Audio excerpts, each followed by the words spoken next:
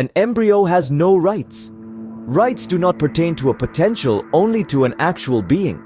A child cannot acquire any rights until it is born. The living take precedence over the not yet living, or the unborn. Abortion is a moral right which should be left to the sole discretion of the woman involved. Morally, nothing other than her wish in the matter is to be considered. Who can conceivably have the right to dictate to her what disposition she is to make of the functions of her own body? Never mind the vicious nonsense of claiming that an embryo has a right to life.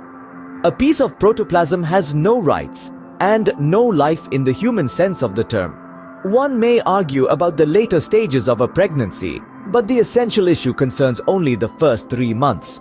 To equate a potential with an actual is vicious. To advocate the sacrifice of the latter to the former is unspeakable.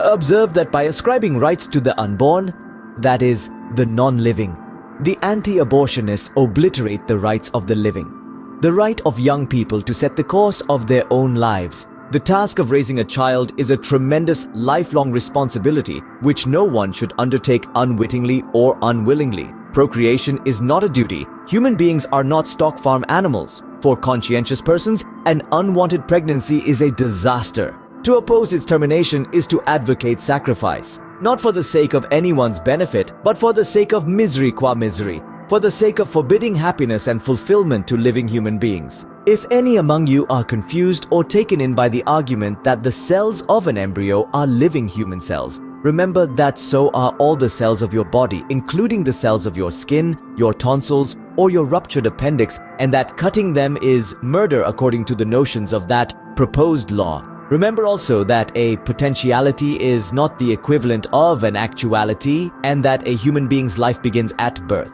The question of abortion involves much more than the termination of a pregnancy. It is a question of the entire life of the parents. As I have said before, parenthood is an enormous responsibility. It is an impossible responsibility for young people who are ambitious and struggling but poor, particularly if they are intelligent and conscientious enough not to abandon their child on a doorstep nor to surrender it to adoption.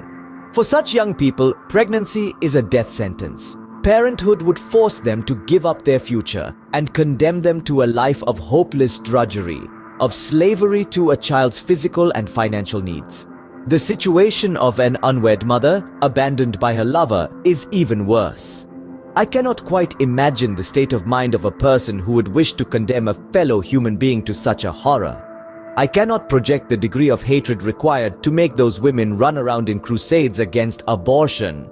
Hatred is what they certainly project, not love for the embryos, which is a piece of nonsense no one could experience, but hatred, a virulent hatred for an unnamed object. Judging by the degree of those women's intensity, I would say that it is an issue of self-esteem and that their fear is metaphysical. Their hatred is directed against human beings as such, against the mind, against reason, against ambition, against success, against love, against any value that brings happiness to human life. In compliance with the dishonesty that dominates today's intellectual field, they call themselves pro-life.